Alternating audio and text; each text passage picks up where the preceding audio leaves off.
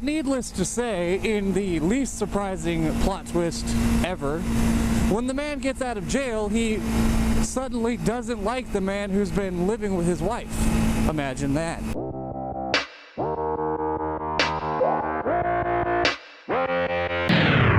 Hey Moto Sinners, MotoCynical again, and today I want to do a bit of a story time. I know a motovlog story time segment isn't the most original idea, but I like to believe my story will be.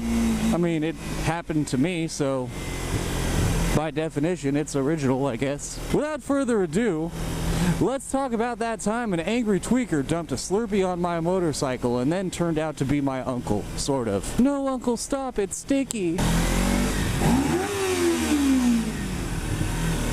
Brap, brap. So it all starts with a good buddy and a former co-worker of mine. For the sake of very low effort anonymity, we'll call him Jay. So a while back, my buddy Jay rented a room from a woman whose husband was in jail. I know it already sounds sketchy, but just trust me, it gets worse. So the husband knew what was going on and even approved of her renting out a room to this man. But needless to say, in the least surprising plot twist ever, when the man gets out of jail, he suddenly doesn't like the man who's been living with his wife. Imagine that. He even goes as far as to accuse my buddy Jay of sleeping with his wife, which to this day Jay still denies. And, well, obviously I would understand lying to the husband in that scenario, but here's the thing. Jay also claims to all of us that he did not sleep with her. And the reason that's relevant is because if anybody knows my buddy Jay, the man is a bit of a womanizer. The man is a bit of an animal, if you know what I mean. What I'm getting at is that I don't believe Jay would ever lie about a sexual adventure or encounter. In fact, if anything, the man would scream it from the rooftops. If anything, the man would make a Twitter account to share his sexual adventures with the world. Jay, if you're listening to this, don't get any ideas. I'm not saying I wouldn't follow said account, but I don't know how I'd feel about it. Okay, back on track though. So like I said, I genuinely believe that Jay did not sleep with this woman. But that does not mean the husband believed him, obviously. So eventually, Jay moves out of the tweaker man's house and rents a room from some other weirdo. I don't really know how much time passes, but eventually tweaker man's marriage begins to fall apart. And of course, he decides to blame my buddy Jay, the man who obviously slept with his wife, remember? Well, tweaker man starts leaving Jay threatening voicemails and messages, and Jay starts telling me about it. One even went as far as to verbally threaten his life while firing a gun on the voicemail. It's pretty cool. Pretty great guy, right? Then I think about a month or so passes, and then one day, my friend, one of the courtesy clerks at the grocery store the two of us worked at, tells me that somebody spilled a Slurpee on my motorcycle outside. Sure enough, my dash and my ignition and all that good stuff is covered in pink, sticky bullshit. And sitting underneath my bike on the sidewalk is a very large, very empty Slurpee cup. So obviously, I'm pissed. Me being a manager at said grocery store, I walk inside, I go straight to the office, and I spend about an hour on the clock checking the security cameras to see if I could figure out who did this to my bike. Now, unfortunately for me, there was nowhere I could park my bike in front of a security camera. So I parked my bike as close to a security camera as I could, in hopes that if something like this ever happened, I would at least be able to see the culprit approaching or leaving the scene. Like I said, I spent about an hour checking and could not see anybody with a Slurpee. That's when I get an idea. I decide to call my buddy Jay.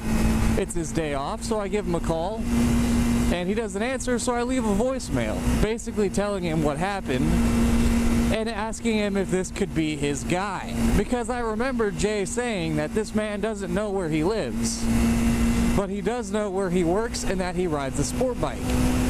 So basically, I asked Jay if this could be a case of mistaken identity. A few hours later, I get a call from Jay. He opens the conversation with, "It was him." Gasp. How on earth could this be? How could you know? Are you sure? Jay then informs me that when he was able to check his phone, he had 2 voicemails. One was from me, asking if the tweaker man had dumped a Slurpee on my motorcycle, and the other voicemail was from the tweaker man saying, "You owe me a Slurpee, motherfucker." So the case has been solved. We know who the culprit is, we know his name and address. I clean my bike and life goes on. Jay informs the tweaker man that that was not his motorcycle and that he actually dumped the Slurpee on his boss's motorcycle. Unfortunately, albeit not a good one, tweaker man does have a brain. And tweaker man is capable of understanding that if that was Jay's bike that he vandalized, it would be really, really easy to lie and say that wasn't his bike to keep it safe in the future.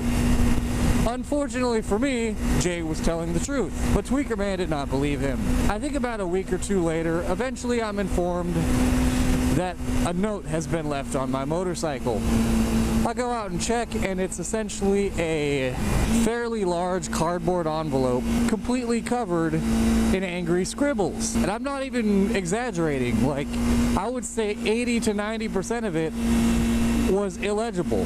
It was just angry scribbles. The only words you could really make out were my buddy's name, something about staying away from other men's wives, and I think at one point it said kick rocks or something like that.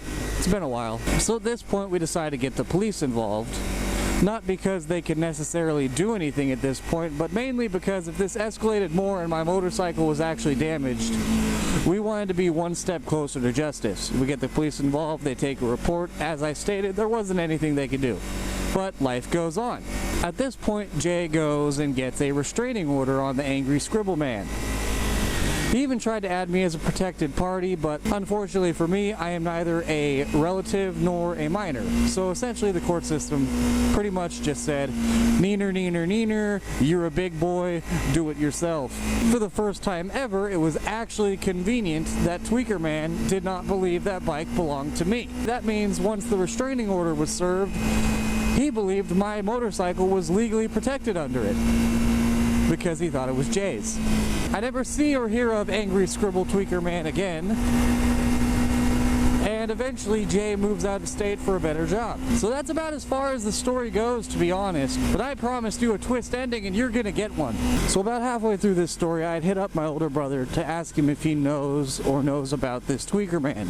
Long story short, said older brother has a bit of a sketchy past and knows a lot of people. We'll leave it at that. Now keep in mind, said sketchy past is literally decades ago, and my older brother is a amazing person, a very respectable local business owner with a beautiful family. To sum it up, he learned his lessons, his redemption arc is complete, and he's just an all-around amazing person that I look up to and would trust with my life and all of my belongings. But like I said, he did have a sketchy past. He knows a lot of people. So basically, using Tweaker Man's actual first and last name, I asked my older brother if he knows of him. He says yes and asks why I know him. I fill him in on the story, and basically my older brother tells me that he is a very dangerous, very unstable man, and that I should avoid him at all costs and get the police involved immediately. That was around the time we actually did get the police involved, by the way. So I took his advice. My brother and I talk a little more about Tweaker Man. Turns out he doesn't even know the guy because of said past. He actually knows the guy for a much more interesting reason. Now keep in mind, my older brother is only my half-brother. Long story short, our dad's a skank. I love the man, and I mean that in the best way possible.